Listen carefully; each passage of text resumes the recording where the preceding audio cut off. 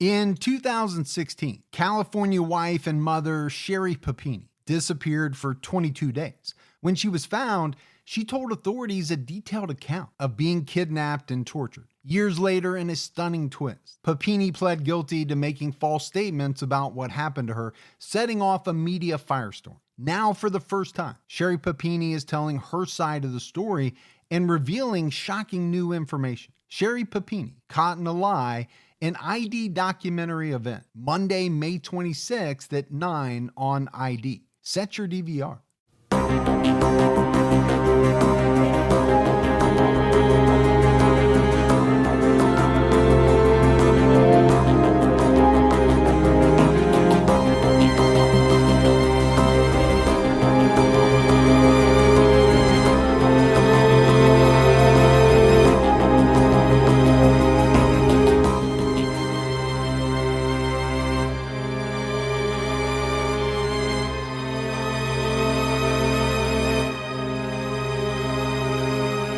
Hello, everyone, and welcome to episode 146 of the True Crime All the Time podcast.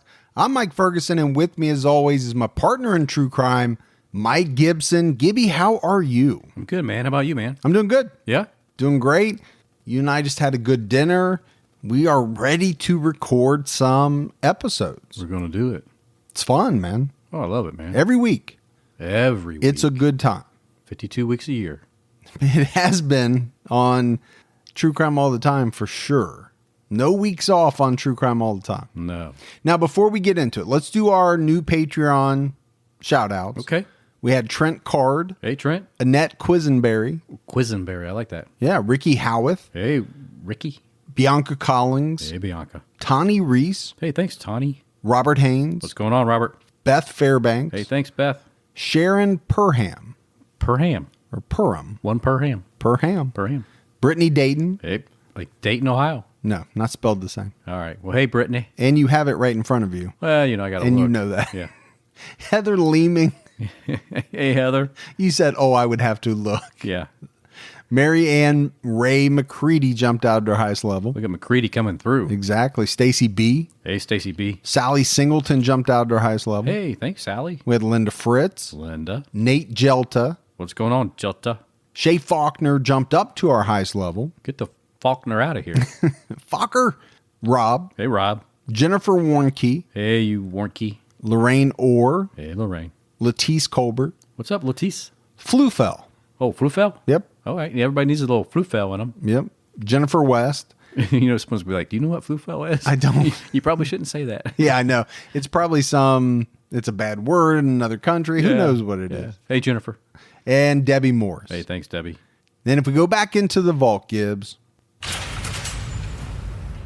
this week we selected Donna Rubba. Hubba Bubba. Hubba Bubba Rubba. She's been with us a long time Patreon supporter. And we appreciate all the support that we get. We had some great PayPal support as well. Maria Kovis. It sounds like a tennis player. Maria Kovis. It does sound like a tennis player, doesn't it? Jennifer Warmuth. Hey, Jennifer. Rebecca Phillips. Thanks, Rebecca. Dale Fandrich. Hey, what's up, Dale? And then Molly Ahern came out with a sizable donation on PayPal. Well, you know that's what Molly's do. I know. So we appreciate all that very, very much. You do.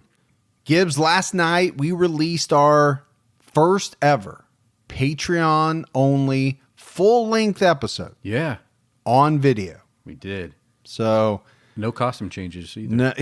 No costume changes. Not as much editing probably as a real episode because, we clean up the audio to pretty fine detail on the episodes that go out. The problem with the video is if you try to do that, you have just clip. It was just a lot of little changes in where hand position. Yeah. It's pretty noticeable. Right. There's still quite a few because I don't want to put it out where it doesn't sound good. No, you stopped it where you needed hair and makeup to come in. Yeah. And then you picked it back up again. Yeah, when I need a dusting. Yeah. And on my bald head. Just a little quick dusting. The light is shining on my bald head. Yeah. If you're a Patreon member, make sure you check that out. And if you're not, now's a great time to sign up. Jump on board. Now, right now, on True Crime All Time Unsolved, we have an episode out. It's a little different for us. It is. We're talking about two different unsolved murders. Yeah. Really not related to each other in any way other than the fact that torsos were found. Yeah. So we're calling it the torso murders, right? Two completely separate cases linked by the denominator that a torso was found. One's out in Idaho. Torso's found in a cave. And then the other one takes place in good old Knoxville, Tennessee, where a torso is found out on a trail. So, and we're kind of go through our normal process and kind of chase down what we can. All right, so check that out. Also, don't forget to check out our new podcast called The Reviews Are In. We have an episode coming out this week on a particular banana slicer that Gibby has in his kitchen drawer. I do. He's fond of it. I am. And I make fun of it. And you do. So check that out. All right, Gibby, are you ready to get into this episode of True Crime All Time? I am. Let's give a special shout out for research and writing help on this episode to our good friend Lana Hyatt. Much appreciated. This story takes place on 2 different continents. So we'll be in North Carolina, here in the States, for parts of it, but we'll also be heading to Australia. Oh, good day. Always gives you a good chance to practice your horrific Australian accent. I think it's pretty good, mate. That wasn't too bad. Yeah. Those last couple were not. Have you been practicing at home in the mirror? Not Be really. honest. No. Be honest. No, mate. We're talking about Elisa Baker and the murder of Zahra Baker. And Gibbs, I'll tell you what, I went back and forth on this woman's name. I saw it pronounced or heard it pronounced a couple of different ways, actually 3 or 4 different ways. And, I'm going with Elisa. It could be Elisa. The story is still the same. But first off, let's get into a little background on Elisa. Elisa Annette Fairbanks was born June 6th, 1968, in Western North Carolina. She was the middle child of 3 girls. Her parents worked in the factories. One of them worked in a textile factory, the other in a furniture factory. Pretty big in North Carolina. Yeah. I would say it is. Elisa's dad was definitely the more laid back of the two. It was said that he doted on Elisa. It was her mother that was the disciplinarian. I think, Gibbs, that is pretty common. Now, I'm not saying male, female. I think it's pretty common to have one person in the relationship that is more of the free spirit. Sure. And one that is more of the disciplinarian. Yeah, I think in most cases. In a lot of relationships, I think that's the case. If you get 2 disciplinarians, that can be a little rough. And if you get 2 people that are too loosey-goosey, well, we know what happens to some of those folks too. Some of them. Yeah. I didn't get doted on, man. You didn't get doted on? I did not get doted on. I did not. It's a shame for you. But I wasn't like heavily disciplined either. They just didn't care. They were like, yeah. Hey, Mike, go do what you got to do. Climb a building, climb a tree, build a fort. Wait, you're playing a game tonight? Well, I'm watching Matlock. We'll see you after your game. Wait, you're not coming to see me play? That's funny. But it was really this relationship between Elisa and her mother. It was very strained, right? During the teenage years, it was tough. And it often is between daughters and their mothers during that, 12, 13, 14, 15-year-old period. Absolutely. That can be rough. Oh, yeah. You and I have talked about it. I'm dealing with a 13-year-old now who is, for the most part, an angel. Yeah. But when it goes south in a hurry. Get out of the way. Get out of the way. As I come down in the studio, I'm like, hey, I got work to do. I can't be involved in all of this. Yeah, I'd like to help, but I got to go. Yeah. This is when Elisa started really acting out, and specifically towards her mother. She would cuss at her. She was constantly talking back. That's not that out of the ordinary. Talking back, things like that. What is out of the ordinary, I think, in relation to Elisa was that she was physical with her mother. She would hit her. She would slap her. That's not something I hear a lot about. Mm-mm. Kids are mouthy. They like to talk back. but to actually be physical with your mother, that's rough. That is rough. Those are the kids you might see on Scared Straight, that prison show, you know? And then probably later on Jerry Springer. And then back on Jerry Springer. So as she got into high school, Elisa was pretty popular. You know, she went to all the events, football, games, dances. She was described by some of her old classmates as being pretty popular. They said she was an attractive girl. But really, kind of all of a sudden, Elisa dropped out of high school. So she didn't graduate. And then a year after she dropped out, she got pregnant. She gave birth to her oldest daughter, her first, and what would be her oldest daughter. Then she met her husband, her first husband, Jerry Winkler. And Elisa told Jerry that, you know what? The dad left me. I don't know what I'm going to do. The thing about Jerry and Elisa is that they had dated during high school. So they have some history. They had some history. Obviously, he knew her, was probably infatuated with her, may have still been in love with her. But these are essentially 17-year-old kids. Yeah. One of whom is pregnant. Within a week of them kind of reigniting this relationship, getting back together, Jerry proposed to her.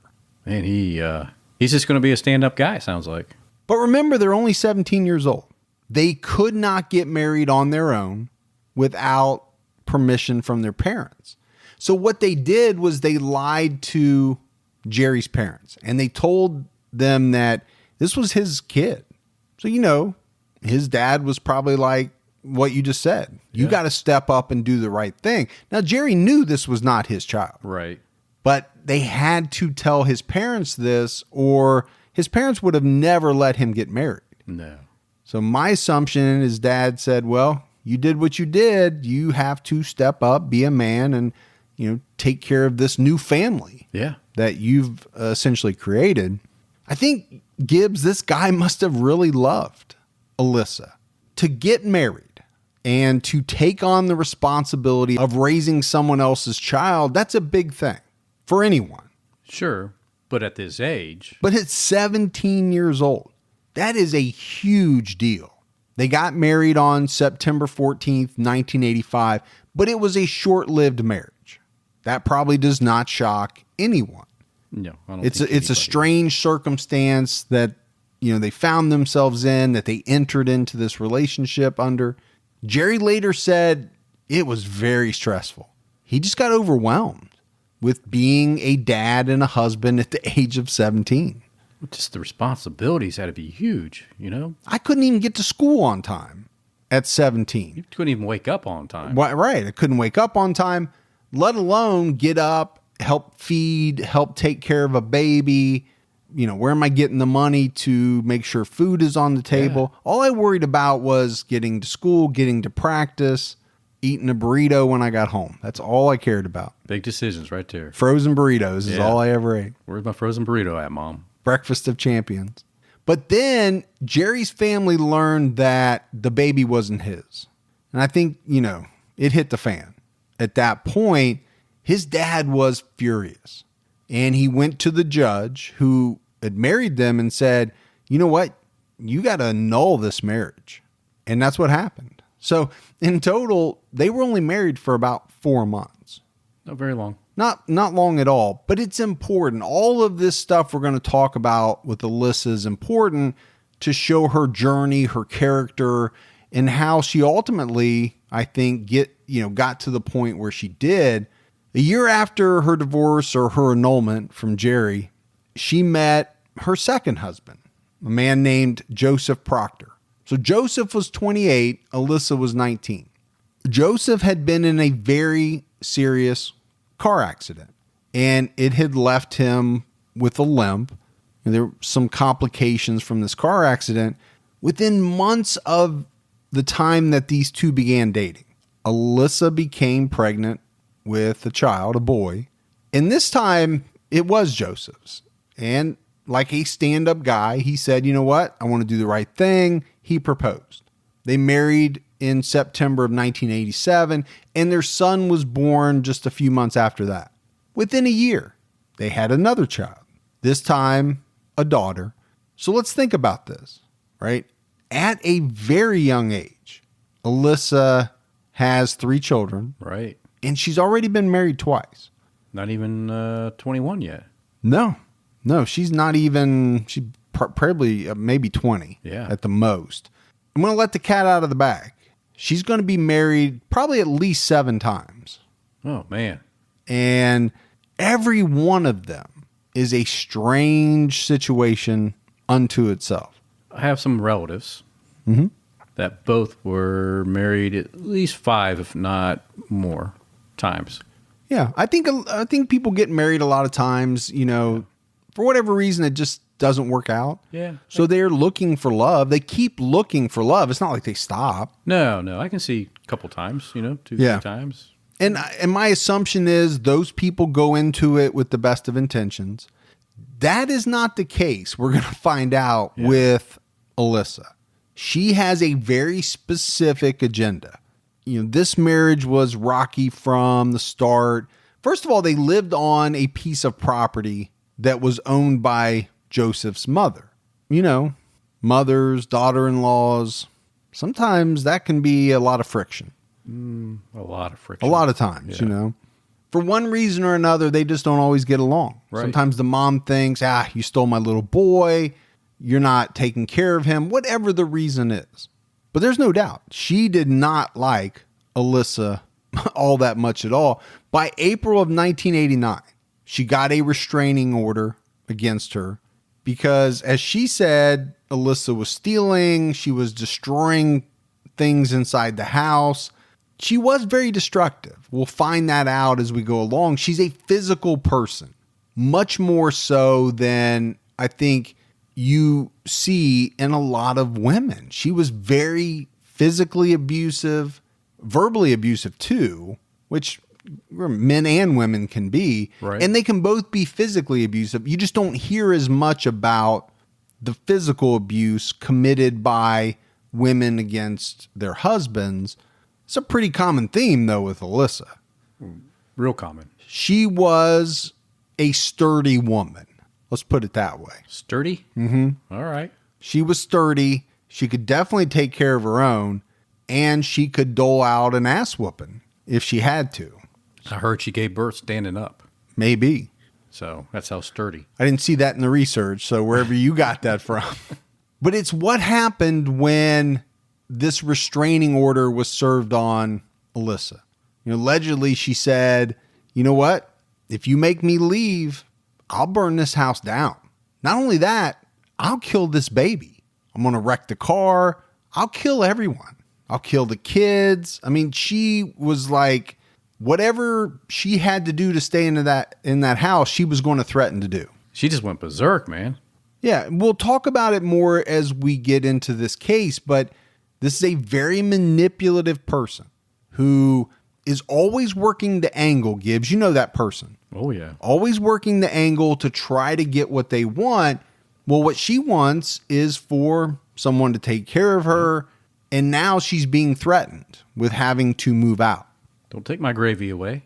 So I said the relationship's strained. The mother-in-law doesn't like her. The couple, they reconciled, after this kind of, like you said, she went berserk. But it just didn't last long. It wasn't going to, based off of what we've talked about already.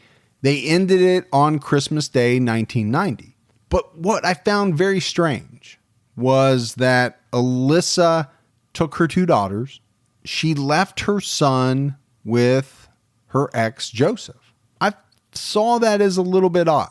I think most times a mother is going to take all of her children. It is strange. When they leave. And I guess what came to mind, because I really couldn't figure it out, was that it had to be a gender thing, right? She took the 2 girls. She left her son. Did she not want to raise a son? Did she not enjoy raising a son? I don't know. Maybe she saw the father and the son, and she couldn't handle that. Maybe. There's a lot of things in this case that are not explained because Elisa never explains them. So without her explaining it, some of these things are you're left to wonder. Now, her first marriage ended very quickly. We talked about it. 4 months, annulment, boom, done. This one took about 2 years to finalize the divorce. Still pretty fast. Still pretty fast in the world of divorce, probably. But this is also a woman that cannot go very long without someone by her side, right? She needs a man. She needs someone to take care of her. She needs someone to put a roof over her head. And it wasn't long. She found her next person, a man named Andrew Harris Jr. She met this guy at a bar. They married in April of 1992. This guy later talked about, hey, she was so easy to talk to in the beginning. I just fell for her. But very quickly, after they got married, everything went to shit. I tell you, people change when they get married. In a lot of different ways. They do. And I don't know why. It's just a piece of paper, right? Yeah, exactly. Not in every case, but no. In a lot of cases they do. And like you said, it's just a piece of paper. So what drives that? Even in good marriages, people change. Yeah. Things change. I used to get quite a few back rubs back in the day. Man, that wedding day hit, I think I've had like 10. I'm not even averaging one a year, man. She's still waiting for you to pick up all those shoes. Man. She is. Alyssa started getting angry. And again, this manifested itself verbally and physically. Not only with Andrew, but with her daughters as well. She would take everything out on someone. She would make up excuses about why the kids needed to be punished or why they had to be sent to their room. I got the feeling, Gibbs, from, some of the research that I don't think these kids were doing bad things all the time. She just didn't want to deal with them? Yeah, I think she was inventing reasons to punish them. Yeah. Go to your room. I don't want to see you. So they had this big blow-up fight in 1994. It was so bad that Andrew had to leave the house. When he got back, the whole house was cleared out. She had taken his guns, all the furniture. Wow. Even took his fishing rods. Took his fishing rod. That's low to take a man's fishing rods. Don't touch my rod, man. How are you supposed to feed yourself now that your wife's left you if she took your fishing rods? Are you going to catch that catfish? Exactly. Catch that bass? Or in your case, a bluegill? A bluegill. So she's on her own again, but not for long. She was introduced to a man named Daryl Putnam by a neighbor. So just to kind of recap, point in time, Alyssa's now 26 years old. Daryl was 30 years old. She's been married 3 times. She has 3 children. The thing about Daryl was that he was deaf and had been deaf from a very early age. Yeah. He needed hearing aids to even hear a little bit of speech. They met at a bar, again, like some of her previous relationships. She lied to him right off the bat. Told him that her 8-year-old daughter had cancer. Within weeks of meeting each other, they move in together. Man. So I think this is important, right? You can see a pattern kind of emerge. Alyssa is attracted, and I don't know if attracted is the right word. She's drawn to men who have some form of either disability or they're vulnerable in some way. Yeah, she's definitely preying on some weakness on their part. Yes. Yeah. My thought is that she believes these men will be easier for her to manipulate because there's no doubt she is an extremely manipulative woman. We'll see that. And like I said, she's also a physical woman. She's a hitter. She's sturdy. She's sturdy and she's a hitter. So really, when you go online, when you do your dating profile, when you say what you're looking for, most men would not say, I'm looking for a very manipulative person that likes to beat people. Yeah, that would be what you don't want. But she's not online dating at this point. She's meeting people at a bar. That's a much different scenario. That's a different type of dating application. Don't let allergy season slow you down. Get common allergy meds for as little as $15 with GoodRx. So you and your family, pets included, can stop allergy symptoms before they start. GoodRx is free and easy to use. Just search for your prescription on the website or the app, compare prices, and get a free coupon to show your pharmacist. Save at over 70,000 local pharmacies nationwide, including Walmart, Walgreens, CVS, Publix, Kroger, and many more. Check GoodRx before every trip to the pharmacy to save up to 80% on both brand and generic medications. And did you know GoodRx rewards you for saving money too? Join GoodRx Rewards today and earn points every time you use a coupon. Remember, GoodRx is not insurance, but works whether you have insurance or not. And it could be your insurance copay price. I've been using GoodRx for years, and I can't tell you how many times I have saved money even with my insurance. Stop allergies before they start and save big on allergy medications this season with GoodRx. Go to goodrx.com/TCAT. That's goodrx.com/TCATT. You know, once the temps start rising, I realized I was back in the same worn out rotation. Same tank, same shorts, same everything. So I gave my daily uniform an upgrade with Quince. Their pieces are easy, elevated, and somehow make me feel more put together without even trying. Like they're 100% European linen shorts and dresses from $30.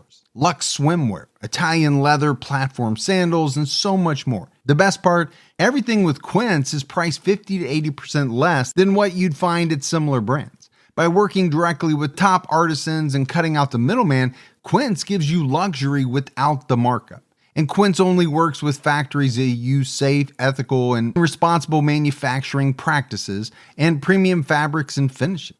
I'm getting ready to stock up on shorts for summer from Quince, and I know they're going to be amazing because everything I've ordered has been of the highest quality, and the prices are amazing. Treat your closet to a little summer glow up with Quince. Go to quince.com/TCAT for free shipping on your order and 365-day returns. That's QUINCE.com/TCATT to get free shipping and 365-day returns. Quince.com/TCAT.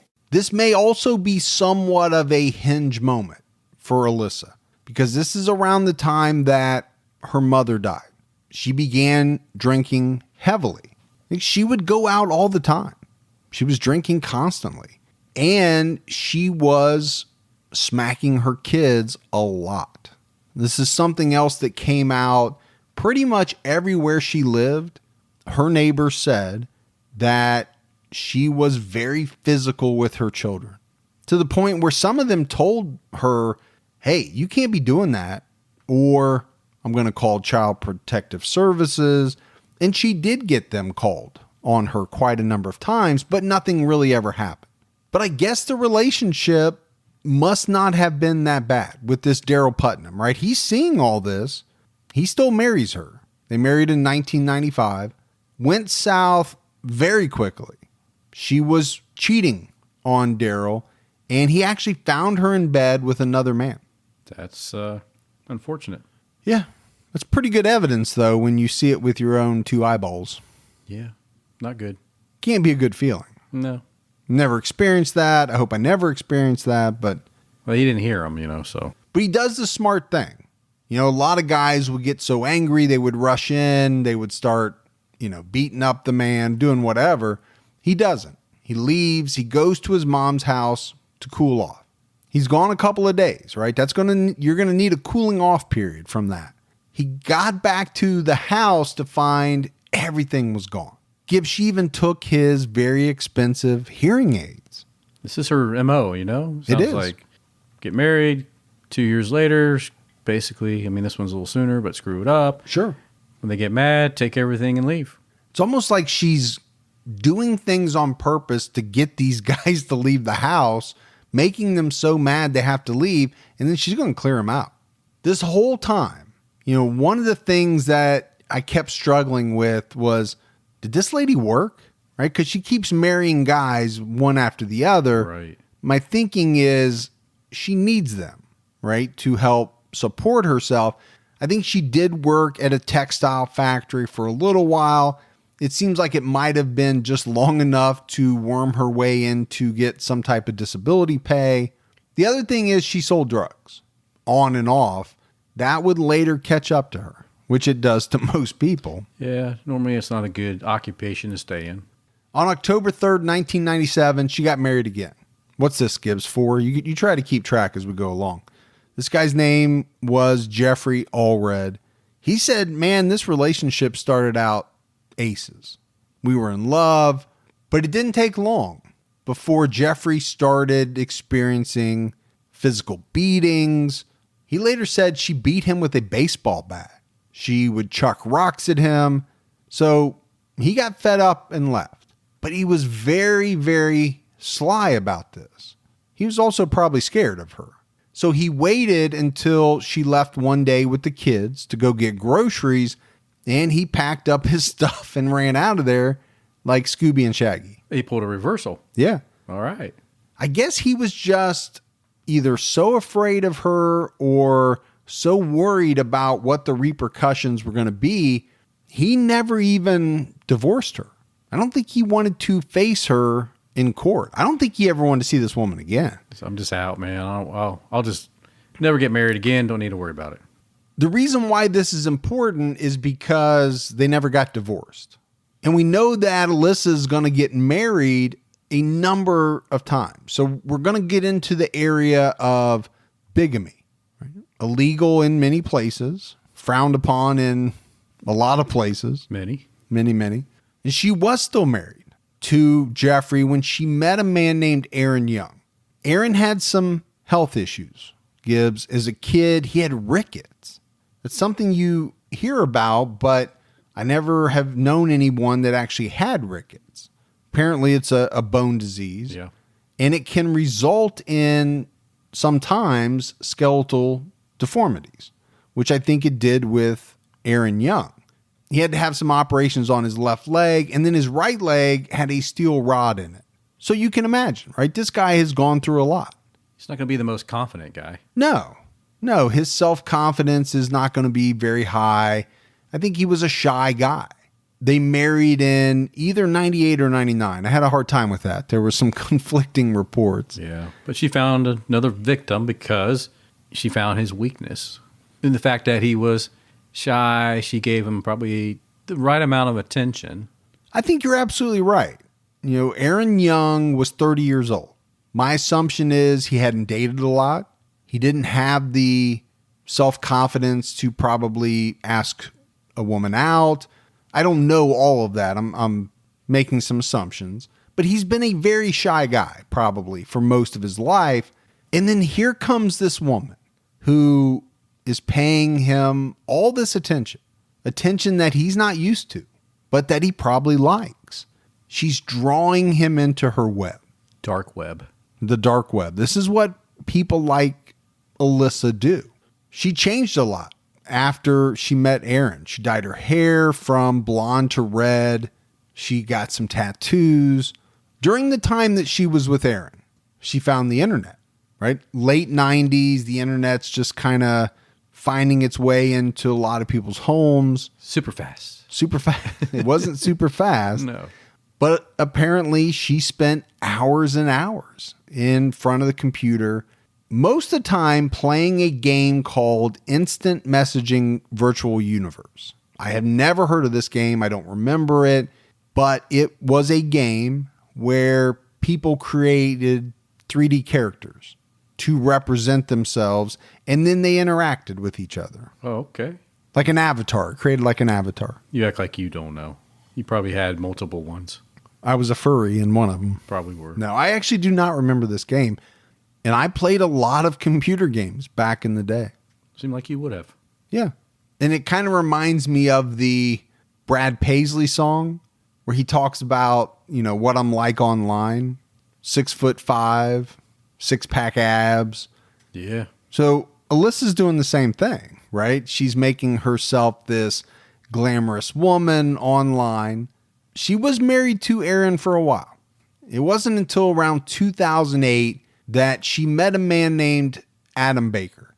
She met him through this online game. That's why it's all important. Adam Baker is the dad of Zahra. So we're getting close to the union that puts all of these people together. So Adam is from Wagga Wagga, Australia. Wagga Wagga. A town so awesome they had to name it twice. I think they pronounce it Wagga Wagga, mate. So you're telling me the W in the first one is silent, Yeah. but then they say the second one, Agga Wagga. Are you going to argue with? I mean, I know my Australian. This is a town of about 50,000 people. And the thing about Adam, he wasn't a worldly guy, right? This is a down-to-earth man from Australia. He had never been married, but he did have a wonderful daughter named Zahra. You know, it's really not that strange today. You know, that even back then too, but for people to be sitting in, the United States, talking to somebody anywhere, really, Australia, being in a game room, being into a chat room, social media sites, and striking it up. And I mean, they're hitting it off, but do they really know who that other person is? Well, I don't think anybody truly does. And we'll talk about that after the two of them get together in the physical world. Yeah, because it's easy when you message back and forth or text. Sure. Because you've got time to formulate your response. Yeah. And when you and I text back and forth, I think, you know what, that Gibby, he's a good guy. Yeah. But when you're here, I'm like, geez, why do I keep letting this guy in? I know it. You're like, now I know the true side of him now. He gets me every time. Yeah. But I think you're right. Even more so today, right? So back before the internet, what did they do? If you wanted to talk to somebody in another country, what did they have? Like ham radio, maybe? That was a way to talk to people in other countries. I mean, obviously you could call international, but you would have to need to know who you're calling. Right. Today, you could just literally stumble upon an individual in a country halfway around the world. Yeah. That is into the exact same thing that you are. Just look at our fan page, our TCAT fan absolutely. Page. There's what, 16, 17, 18,000 people in there? I don't know how many, 20. We communicate with people all across the world. And they're communicating with each other, making actual friends because they have the same interests. Yep. So Zahra's mother had been out of the picture since really not very long after she was born. Apparently, Gibbs, she had a serious case of postpartum depression. So serious that she couldn't take care of Zahra. She signed over custody to Adam. I know some women go through that and it's very, very serious. Yeah, very difficult for them, sure. Now, Zahra didn't have the easiest life. She was born November 16th, 1999. And by 2005, she was diagnosed with bone cancer. And this led to the amputation of her left leg. 6 years old. Got to be tough to go through for anybody but a 6-year-old and with no mom around. Very tough. And if that wasn't enough, by the age of 8, she was also diagnosed with cancer in her lungs. So she had to undergo some surgeries on her lungs. This included a lot of chemotherapy. And one of the side effects that Zahra experienced was partial hearing loss. So now she's not even 9 years old. She has a prosthetic leg. She has hearing aids to be able to hear what people are saying to her. For, like you said, for a lot of adults, that would be tough to handle. It'd be extremely tough, and a lot of depression would set in. But as a kid, now kids are sometimes often very resilient. They are. But you just feel so bad for these kids. But then you look at Zahra, right? This is a girl that always had a smile on her face. She always looked happy. Even after going through all these things that she went through. She had a ton of friends. People talked about, the fact that she could make a friend anywhere she went. And she wanted to live life. She didn't want to let anything that either had happened to her or, anything that was going on now hold her back in any way. Yeah. She was going to prevail. That's what type of kid we're talking about. Talking about two sides of a coin there, man, aren't you? Between her and Elisa. Well, yeah, kind of. But if you think about it, Elisa had a mentality that she was going to prevail. The problem was she would step on anybody she had to get what she wanted. That's true. You're right. It's two different sides of a coin. Now, at the same time, you have to talk about Adam, right? Zahra's dad. Couldn't have been easy on him. No mom in the picture, single dad, dealing with, all of these medical complications that Zahra had. He'd never been married. I mentioned that. He was looking for companionship. And that came in the form of, like we talked about, right? Being on the computer, maybe doing some online dating. But I think he met Elisa through a game, this virtual world. So that same year that Elisa and Adam found each other, I said it was 2008. Zahra also got some really great news. Her cancer was in remission. So let's celebrate, right? That is cause for celebration. It was also when Elisa decided, you know what? It's time for me to make the trip. I've got to go to Australia. I've got to meet this Adam Baker in person. Yeah, it's time. And they met for the first time in the airport. Wonder if they ran towards each other, open arms. Like you see in the movies when they're in a field and I don't know. He jumps up on her or she jumps up on him. He would probably have to jump up on her. Like I said, she's a sturdy woman, no doubt about it. So they meet in the airport. Within weeks of this first meeting, they got engaged. Again, I can't stress enough how it seems like everything happens so quickly with Elisa. I think, Gibbs, this woman must have been very good at worming her way into the hearts of men very quickly. I mean, within 2 weeks, it's like these guys are proposing to her. Yeah. I don't know what all she was doing, but she was good at it. She knows how to do that sweet talk. Now, when she came to Australia, she didn't exactly come with a clean slate. She left behind in the United States a string of eviction notices, small claims, judgments, liens. These were from like landlords, utility companies. This was a train wreck of a woman from everything you read. So she just signed things and then turned up and left and didn't pay her bills. And because why? I'm moving on anyway. Yeah, I'm going to Australia. I don't care. I'm not paying any of you. I feel horrible, Gibbs. I really do for this guy, Adam Baker. I don't think he had any idea what type of person he was letting not only into his life, but into his daughter's life as well. Yeah, he had zero clue, man, what was coming. So the two of them lived with Adam's mother in southern Australia for a bit, but it really was just a few years after they got married that they all moved to the United States, and they moved to Hickory, North Carolina. Man, it's like the furniture capital of the world. Is it? So where they make all the furniture? They do. Make a lot of furniture there in Hickory. Now, one of the big problems was that in Australia, Zahra's medical treatments were free. That's a big deal, given the amount of medical treatments that she needed. That's huge, man. So I think Adam's friends and family, they were very worried about him moving to the United States with Zahra. They worried about the cost. They worried about him being able to take care of her. But he told his friends and family, you know what? Don't worry.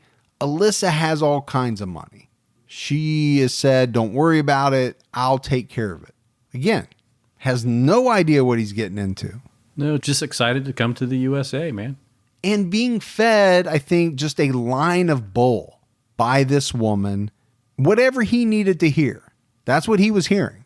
Oh, I'm sure she was just spot on with the doting and the... I'll get us a place. Oh, don't worry about the medical treatments. I'll make sure everything's paid for. Take care of you, baby. Don't you worry. I got it. When they first got to North Carolina, they lived with Elisa's dad for a short period of time. Didn't last long. I think he gave them the boot pretty quickly. And I think, Gibbs, it had a lot to do with how Elisa treated Zahra.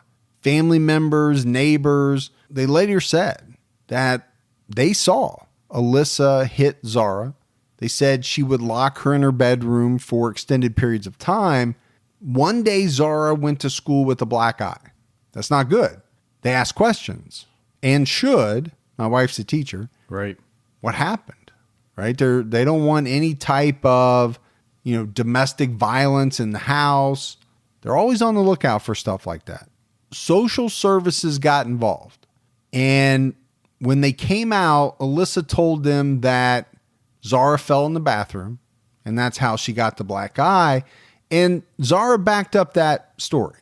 Probably out of fear. I guarantee you, she was afraid. If she was being hit at the time, She was afraid that if she said the wrong thing, there will be serious repercussions from Elisa.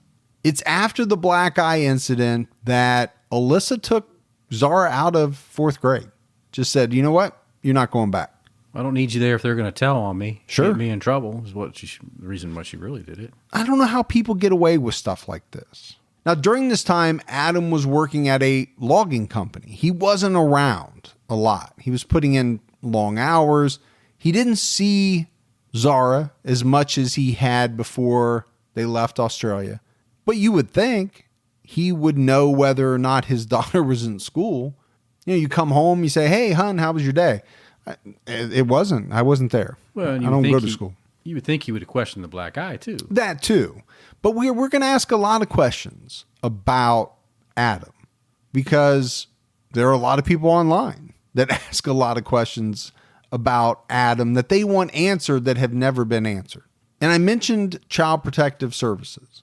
Prior to October 2010, because that's really when this story turns south in a hurry, there were 4 Child Protective Service reports made in response to allegations of abuse. All of them focused on improper discipline, and they centered around none other than Elisa Baker. Fast forward to October 9th, 2010. Elisa called the fire department. There was a fire outside of the house. This is about 5:20 in the morning. It was just a little bit of mulch that was on fire. Took police about 10 minutes to get there. But while they're looking at this little fire, right? It's not even the fire department, I don't think. It wasn't like a blaze. While they're investigating it, they found a ransom note on the windshield of Elisa's Chevy Tahoe. The ransom note said, Mr. Coffee, you like being in control. Now who is in control? We have your daughter, and your pot-smoking redhead son is next unless you do what is asked. $1 million, unmarked, will be in touch soon. On the top and the bottom right-hand part of the note was written the words, no cops. Because the last thing you want, Gibbs, as a kidnapper in a ransom situation, is cops. No cops, man. Don't bring no cops. Don't call the cops. We'll be watching and we'll know. Well, who in the heck is Mr. Coffee? I was thinking it was that guy that invented the Mr. Coffee machine. You think his name is Mr. Coffee? Yeah. Hey, Mr. Coffee. Or do you think they just called the coffee pot Mr. Coffee because it's coffee? You really think the guy's last name was Coffee? Could have been. We never know. Oh, we'll get a thing that says, you know what? His name was Coffee. Yeah, his name actually was Coffee. Like that guy Crapper that invented the toilet. You know what? That's a brilliant design, man. It stood the test of time. Yeah. I don't know what was better, the crapper or the paper that goes with it. What a mess we'd be in if we didn't have them. Well, in the future, we're going to use the 3 seashells. So yeah, I'm still waiting on that day as foretold by the movie Demolition Man. Well, somebody will still screw it up and not put the seashells back where they need to be. And you'd be like, wait a minute. Who didn't refill the seashells? Yeah, well, I only got 1 seashell. You know I can't do it just with 1 seashell. All right, so Mr. Coffee was Adam's boss at this logging company where he worked. So this is a serious thing, right? A ransom note that says we've kidnapped somebody. So they go check on this guy and his family, and they find out that his daughter's there, his son's there, they're all fine. It's a strange thing to find. But I guess once they figured out that it wasn't true, what are they left to do with this ransom note? It's not real. Now, maybe they put some guards or extra patrols around this guy's house. I don't know. I mean, all you can really do is try to figure out why was it placed on the car it was, and try to look at the handwriting. Later on that same day, it's around 2 p.m., Adam Baker called police and said, you know what? Somebody poured gasoline in my car. He also tells them that his daughter is missing, and he believes whoever left the note took his daughter. But when police talk to him, Gibbs, Adam is not able to tell police really precise information on the last time he saw Zahra. Things get very strange and murky around all of this. Yeah, he can't really say when he last physically seen her. I will tell you this, it seems like a lot to happen to one household all at the same time. You know, we got a ransom note, but I think really what Adam thought was that whoever left the ransom note for Mr. Coffee, for whatever reason, left at their house and stole his daughter instead of Mr. Coffee's. I think that's what he thinks. What it prompts is the very first Amber Alert in all of Catawba County. This is just a lot of activity for Hickory, North Carolina. And one family in particular, right? Yeah. So police are on the scene. They start searching for Zahra. They're investigating. They're talking to people in the neighborhood. You know, my wife and I do a lot of shopping online, and we always use Rakuten. Rakuten is the smartest way to save money when you shop because you earn cash back at over 3,500 stores. We're talking fashion, beauty, electronics, home essentials, travel, dining, concert tickets, and more. Your favorite stores like Macy's, Nike, Sephora, Dyson, and Lowe's. And that's just to name a few. Pay Rakuten to send them shoppers. And Rakuten then passes on a part of that payment to its members as cashback. Cashback is deposited directly into your PayPal account, or Rakuten can send you a check. You can even maximize your savings by stacking cash back on top of other deals, like store sales and coupons. You're already shopping at your favorite stores. Why not save while you're doing it? It really is a no-brainer. Membership is free, and it's easy to sign up. Get the Rakuten app now and join the 17 million members who are already saving. Cashback rates change daily. See Rakuten.com for details. That's Rakuten. Your cash back really adds up. Hey folks, see if you've ever had this problem. You're trying to eat a little healthier, but you're in the grocery store aisle, you're looking at packaging, nutrition labels, and they're so confusing, you don't know what's good for you and what's not.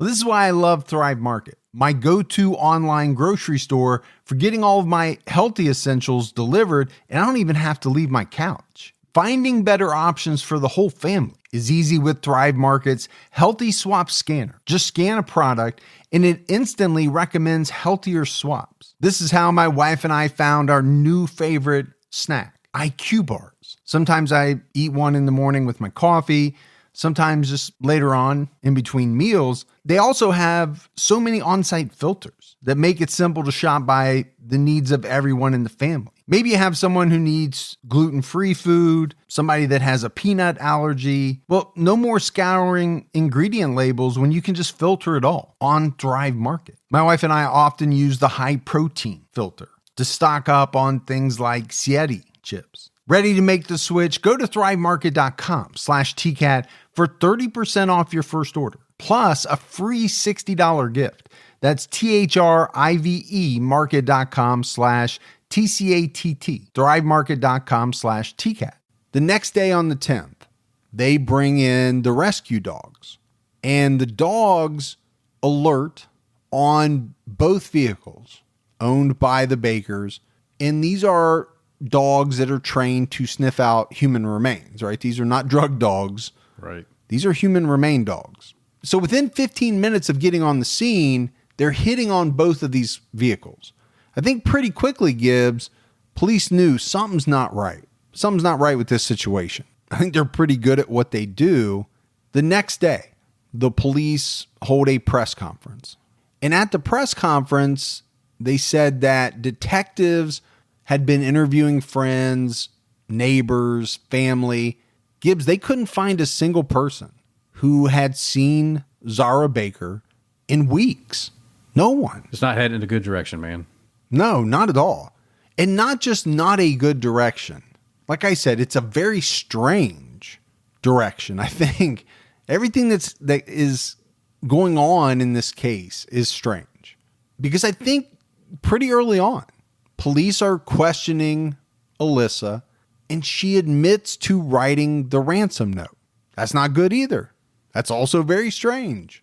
So police charged her with obstruction of justice in writing this note, and her bond was set at $40,000. So boom, she's in jail, right, for writing this fake ransom note. But the police have to suspect that there's more to it, right? She had to have had something to do with Zahra's disappearance, but they don't know. exactly what part she played yet. Not able to weave anything together just yet. No, and they don't know where Zahra is. They don't know anything. All they know is that this woman wrote a fake ransom note and then called police to say, I've got a small mulch fire. And oh, by the way, police happened to find the note. Yeah. Then you get to October 20th. Elisa was at a hearing to try to get her bond lowered, right? It's $40,000. She doesn't have that. She can't get out. She's trying to get it lowered. Well, apparently at this bond hearing, one of her daughters testified that she was afraid of her mother.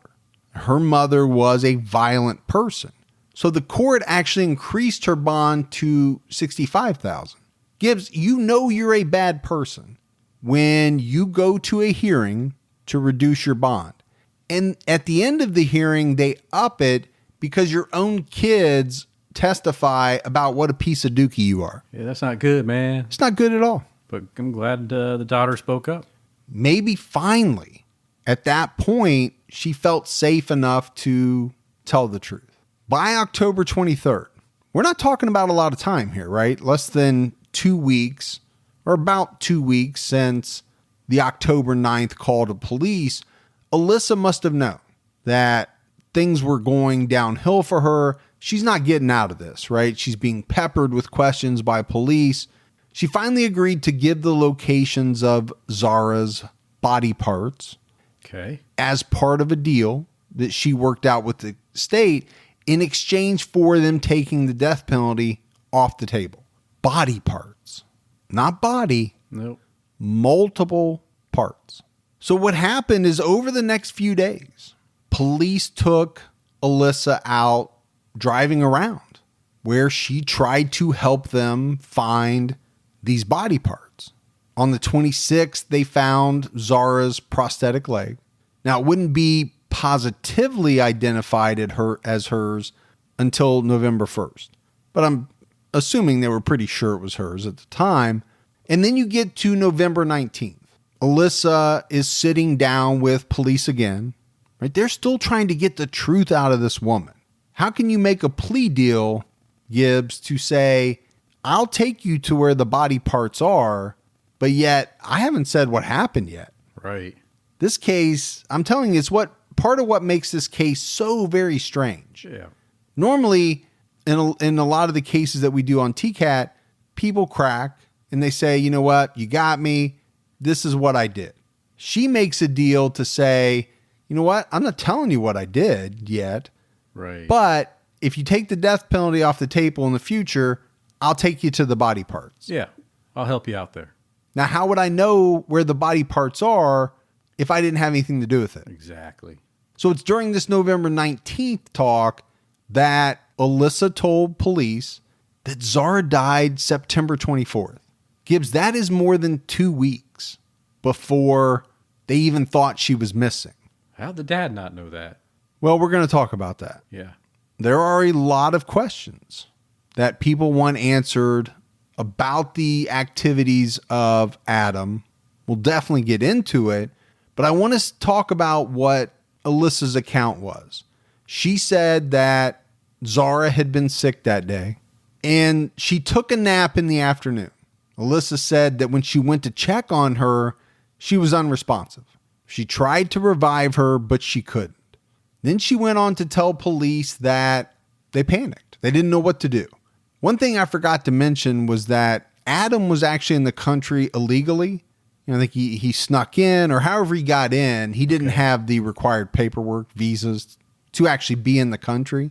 So part of Elisa's statements are that she was worried that because he was in the country illegally, he would get deported. She didn't want that to happen. But she tells police that it was Adam that dismembered Zahra's body, and then they both scattered her body parts around various locations. Because that's what a father of a child would do? I don't think so. Hard to believe, right? Yeah. That even some of the coldest-hearted killers we've talked about didn't really do much to their own children. A lot of them. Yeah. People that had no problem cutting up strangers didn't dismember their own kids. Right. Not to say that it hasn't been done. It can be done. People do it. Just not typical, something we would talk about or see, really. No. Now, if you have no empathy, does it matter whether it's a loved one or whether it's a stranger? From my point of view, we could never see, and I'm speaking for you too, we could never see doing any of this stuff to anyone. But even more so, you could never see yourself hurting your own family. No. Above and beyond anybody else. Those are the people that you're trying to make sure nothing happens to. But this is what Elisa says happened. The problem is when they get the cell phone records, and they got them for both Adam and Elisa, wouldn't you know it, Gibbs? Elisa's phone is at all of these various locations at the times that she would have been putting these body parts there. Adam's phone doesn't have him at any of these locations anywhere during that period of time. Now, what does that mean? Could that just mean he didn't take his phone with him?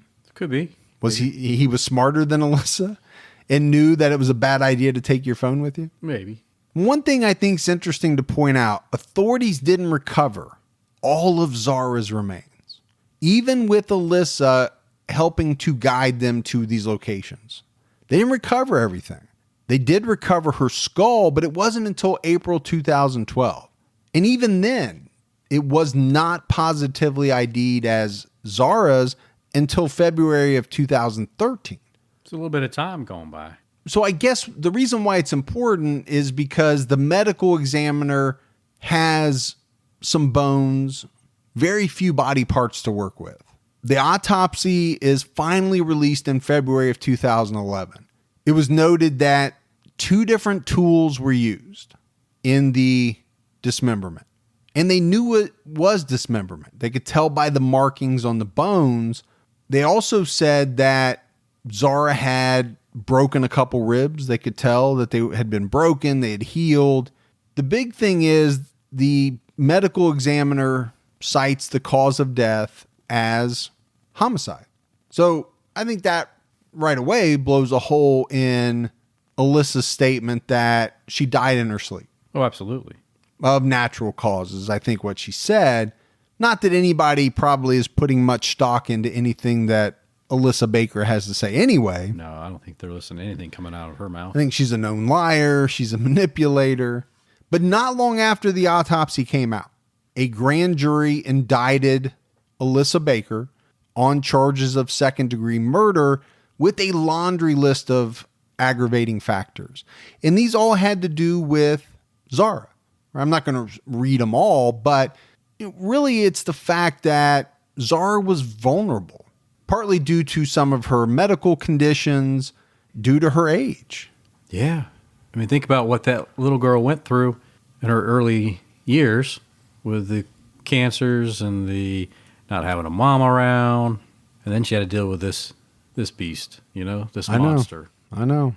Adam has always maintained his innocence. But I said, there are a lot of people that have questioned his actions. I think you asked the question, why didn't he report Zahra missing earlier? Yeah. What happened in the 2 weeks prior to October 9th? How could he not have known that she wasn't at home? Was he working late? He just came home and she's like, oh, she's already in bed. He's like, I don't want to wake her. I'll just did that for 2 weeks straight. Yeah, again, this is a case where some of the details are fuzzy on things like that, but I think it's valid to ask the question. There are a lot of people that wonder, did he really have a hand in maybe not her death, but in the dismemberment afterwards, as Elisa claimed? It's just a 2 week span. Can you imagine coming here 2 weeks and never seeing your youngest? Never. Because I see her every day. Yeah. And you would. Every single day. If you didn't see her after not seeing her that day, would have questions. Well, I think even somebody that believed that her daughter was sleeping, I don't know, the second time, I think you would eventually go to the room and just peek in. Well, and that's what I was going to say. Years ago, I had a job where for stretches at a time, we worked 60, 70 hours a week. Yeah. I was literally gone from 7 to 7 or 8. My kids were younger. Yeah. They were already in bed by the time I got home. But you better be damn sure I was stopping in. I was giving them a kiss. Now, they were asleep. They didn't know I was in there. But you seen them. I saw them because I'm not going to go a week without kissing my kids or seeing them. And we're talking 2 weeks here, so that there's a weekend in there. It's very strange. And I think it's why a lot of people have questions. There were also some allegations that Elisa and Adam had some discussions in their online game community about committing a murder using a chainsaw. So that came out as well. But I will say this, Gibbs, the authorities in North Carolina, they came out and they said that they did not believe, based on everything that they looked into, that Adam had anything to do with his daughter's death.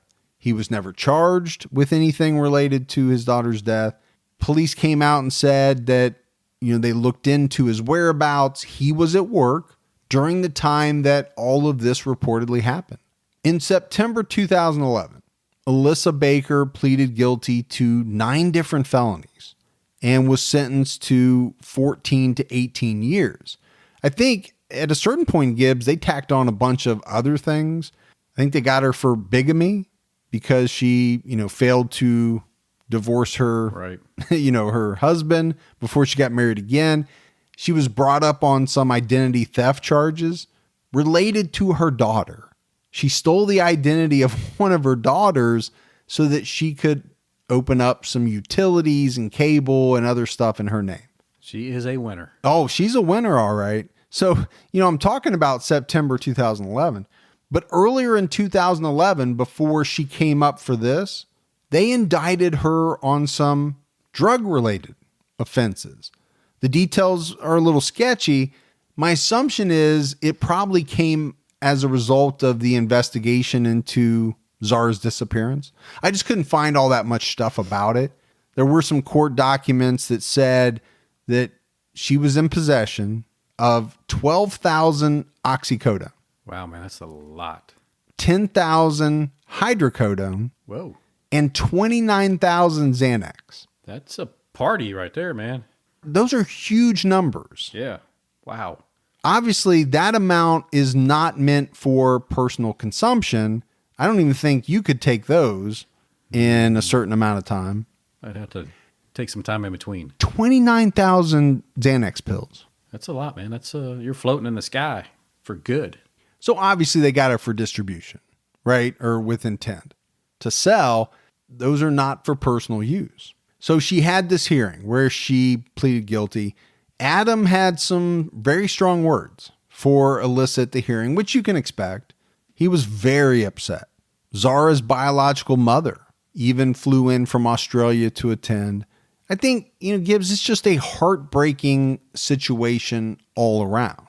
It wasn't until 2013 that Elisa was actually convicted on the drug charges. So she got 10 years for that. She was about 43 years old in 2011, I think. So even if she serves the max on both of the sentences, and it's strange because, the first set are state charges. These drug charges are federal. So I think she has to do the state first. And then transfer to a federal and prison. then transfer to a federal prison and do 10 years there.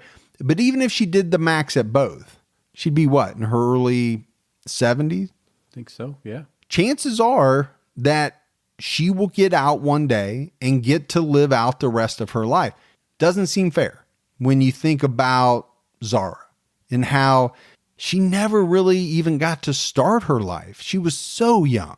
I can't help but think, Gibbs, about what her life would be like today if Adam and Zahra had never laid eyes on this woman, Elisa. Yeah, Elisa was bad for so many people, so many times. She was a wrecking ball, man. Yeah. She just hammered everything and anyone in her path. And she just really was a brutal woman. Almost name a hurricane after her. So, Gibbs, before we close out this episode, I want to play a quick clip. This was an interview that Elisa did with a television station in prison. I pled guilty to a murder I didn't do, and it wasn't even a murder. I got scared. Started doing CPR. We need to go ahead and call 911. He said, Lisa, sit down. Take you some medicine. Calm down. I'll take care of it. He said, you're going to take your medicine and everything's going to be fine. I've got a plan. So I thought maybe it was a strange ritual that he done. You know, for all I know, the Aborigines, I don't know. So we got to dissect that just a little bit. Just a tad. Obviously, she's talking about Adam. Right. Right? Placing the blame on Adam, saying he said he would take care of everything. He took Zahra, he dismembered Zahra, and he disposed of her remains. Many different locations. But at the end, she says, well, I don't know. Maybe it's an Aboriginal thing. Yeah, maybe it was a cultural thing they do there that he brought to America. As though people in Australia dismembered their dead loved ones. It's really reaching there. But it wouldn't be the same for me if you couldn't at least, even for, 15, 20 seconds, hear her voice. Yeah. I'll tell you what, Gibbs, and this is not, I'm not trying to stereotype. She sounds exactly the way I thought she would. Based on the research, based on everything that we went through. Yeah. She sounds about like how I thought she would sound. You're not surprised. I know that. I'm not. And you think about Adam, right? If he didn't have anything to do with this, which is what the police say. A lot of people aren't so sure about that, but that's what the police say. How much guilt is that guy carrying around for meeting this woman, letting this woman into his life, who ultimately killed his daughter? Yeah. But that's it, Gibbs. That's the case of Elisa Baker. And again, you feel so much for that poor little girl, Zahra. She went through a lot. Yeah, she did. She battled, then to have something like this happen to her and for it to be perpetrated by someone who's supposed to care about her. Yeah. This is not a stranger off the street searching for prey. This is your stepmom, someone that you would hope has your best interests at heart, is there to take care of you. Tough little girl, man. Sorry for what happened to her. Yeah, I am too. To me, this is a very strange case for a number of different reasons. The way that everything transpired. Elisa has been very flip-floppy with her statements, back and forth. But we mentioned it, right? This is a woman who married, Gibbs? Somewhere in the neighborhood of 6, 7, 8 times. Yes. I don't know if you kept track. I lost count at one point. Yeah. I think she was a person who looked for and preyed upon individuals that she thought were vulnerable. Yeah, she seeked them out, man. She seeked out what I would call for her easy targets. I think the thing I struggle with the most about this case is the why. So I get why she sought out these vulnerable men. She wormed their way into their homes. They took care of her probably. Yeah. They gave her, financial support. They put a roof over her head. I don't get it with Zahra. Was she vulnerable? Sure. She was a little kid. Yeah. All little kids are to some degree vulnerable. She had been through a lot in her life. She had lost some of her hearing. But why?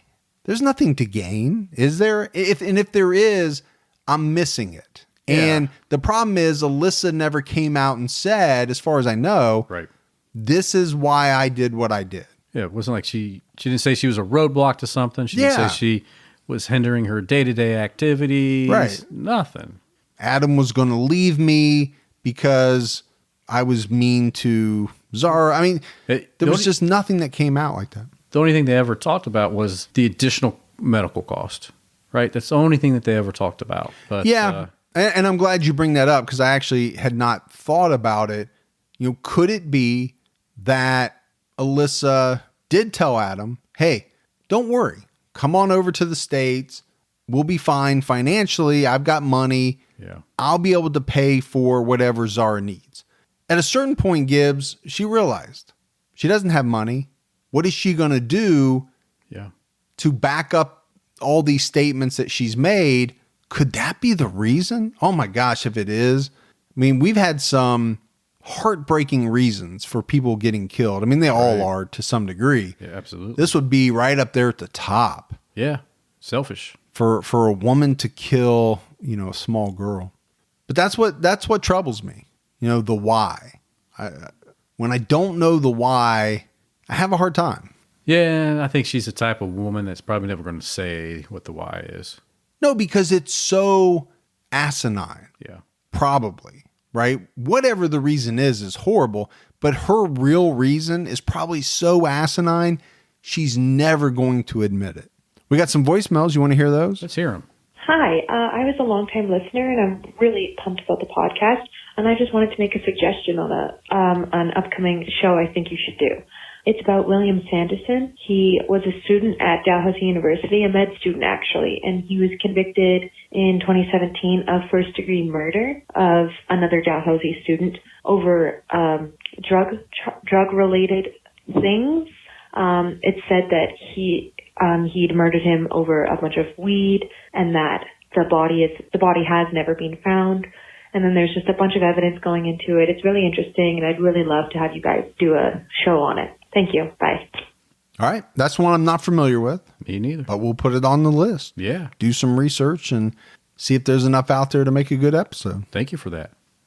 Hi, this is Mel from Cornwall in England. It's just to say that Gibby, actually, I think he's got a very sexy voice. I'm not usually heavily into the American accent, but you make me laugh. Every time you sit there just repeating everybody's surname, especially when it's preceded by an ooh. People got sent out of class for that when the teacher used to take the register. We used to call it pass the sarcasm bomb. The one left holding the bomb was the one who got sent out. Anyway, enjoy your bank holiday weekend, or do you not have that there? Thanks for everything. Keep your own time ticking. It doesn't sound quite right coming from an English person, does it? Also, why don't you ever swear? It's not like kids are listening in. Well, they shouldn't be. Anyway, thank you. Bye-bye. Yeah, I like that voicemail for a couple of different reasons. But I'll take the last part first. Sure. A lot of people have asked us, Gibbs, why we don't swear a lot. We do every now and then, I think it's because you and I just don't cuss a lot in our regular everyday lives. No. So I think to come on here and introduce a bunch of cuss words, if it's not natural, it would sound very strange to us. But again, it's not like I care whether people cuss or not. My wife cusses all the time. It doesn't bother me. It's just not, it's not what I'm used to. And maybe it's because you and I were in the business environment so long. Yeah, that corporate environment, just... You had to watch what you said. I mean, look, when I was in a different corporate environment, when I was working for UPS, every other word was a cuss word. Yeah, I mean, you got those shipping docks, man. Mm-hmm. Let me tell you, that's just what you said and what you did. And that's where I got the best jokes ever, man. But that's the explanation. It has nothing to do with being prudish or anything like that. I mean, I don't have a problem with foul language at all. I just don't use it that much. So I feel like it would be disingenuous to use a lot of it on this podcast. And by the way, how you doing? How you doing? Hi guys, my name's Christy. I'm from Salinas, California. I just wanted to say that I love your guys' podcast. I've been listening to it nonstop. I don't know if someone has mentioned this before on a voicemail, but when I was younger, there was this show I used to watch called iCarly, and there was a boy named Gibby on it, and he would do this really funny shirtless dance. So I just wanted you guys to know that every time I hear Gibby's name mentioned, that is exactly what I picture. You guys should definitely look it up. It was funny to me back then. I think it's still funny. But okay, you guys keep doing awesome and keep your own time ticking. Bye guys. All right. Love the voicemail.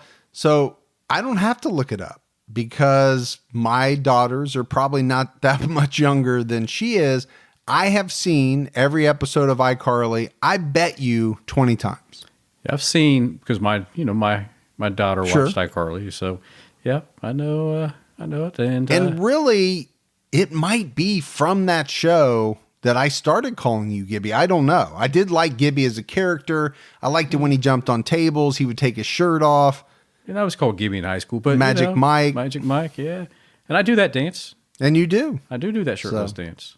Hey, Mike and Mike, this is Sam calling from Connecticut. I want to say I enjoy your podcast very much. I'm a huge true crime fan, as so is my fiance. I am wondering why you guys have not discussed the Wayne Williams serial killer case, which would be the Atlanta murders, the Atlanta child murders. He is definitely a big timer, and he is someone I would like to see you guys do. So with that, keep your own time ticking, and I really appreciate your podcast. It's very insightful, and have a great day, guys. All right. I think that's a timely voicemail for people that are watching Mindhunters. Absolutely. Which I know you've watched the whole thing. I've done it. I've only watched 2 episodes.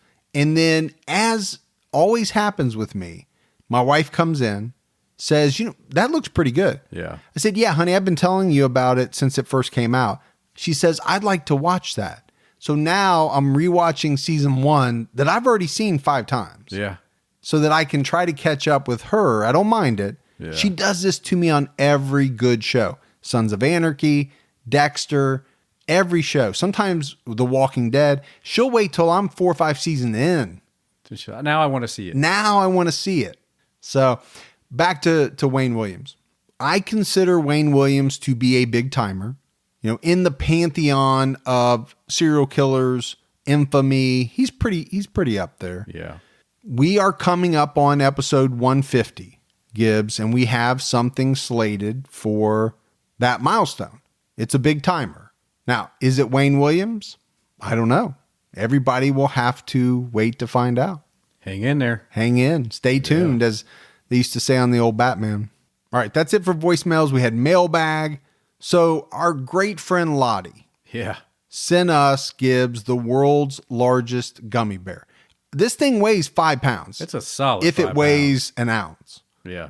It is massive. And obviously this is in reference to our Reviews Are In podcast, where we did the review on the sugar-free gummy bears that caused you quite a bit of distress. Quite a bit. Pretty funny. I got a kick out of it. Not that funny over here. But so we got that. Amber Pultz sent us in a bunch of Harley chips. Those are for me. She sent a whole bunch of honey. Yeah. That I know you're going to take home. You like that honey? Just drizzled on myself. I wouldn't advise that. I wouldn't advise it. She also sent a very cool badge. All of this from Minnesota. Cool. Thank you. Janet Hart, also a very good friend of the show. Absolutely. She sent us some belated birthday gifts. Sent me some Harley chips. She sent you some stuff from Japan. Janet's been traveling a lot. Yeah, she just was over there to see. Was it her son? Her son. Yeah. So she sent you Japan's #1 hot sauce. Yeah. Comes in a real cool bottle. But I'm most interested in something called Sake Kit Kats. There you go, man. So you're going to have to let me know. Absolutely. She also sent us both a bunch of different bottles of Whataburger ketchup. Yeah. Which we actually ate at a Whataburger for the very first time. Because she told us, coming back from CrimeCon, when you're in that airport, go to Whataburger. Yeah, you're right. That's why we ended up at Whataburger. And we did. And we said, you know what? That's a pretty good burger. Yeah. And they're kind of known for their ketchups. They got a bunch of different, spicy, regular. We don't want to say fry sauce, do we? It gets the whole world all shaken up. It's not fry sauce. There's no mayo in it. No, this is just spicy ketchup. Yeah, this is just different types of ketchup. Yeah. All right, everyone. That is it for another episode of True Crime All the Time. So for Mike and Gibby, stay safe and keep your own time ticking.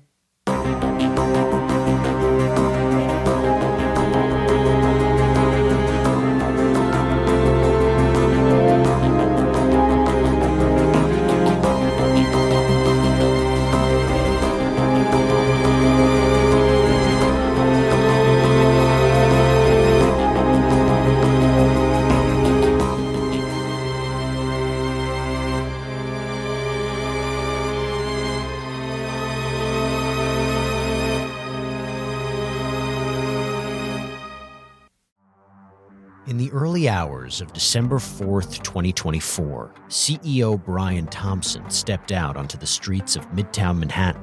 This assailant pulls out a weapon and starts firing at him. We're talking about the CEO of the biggest private health insurance corporation in the world.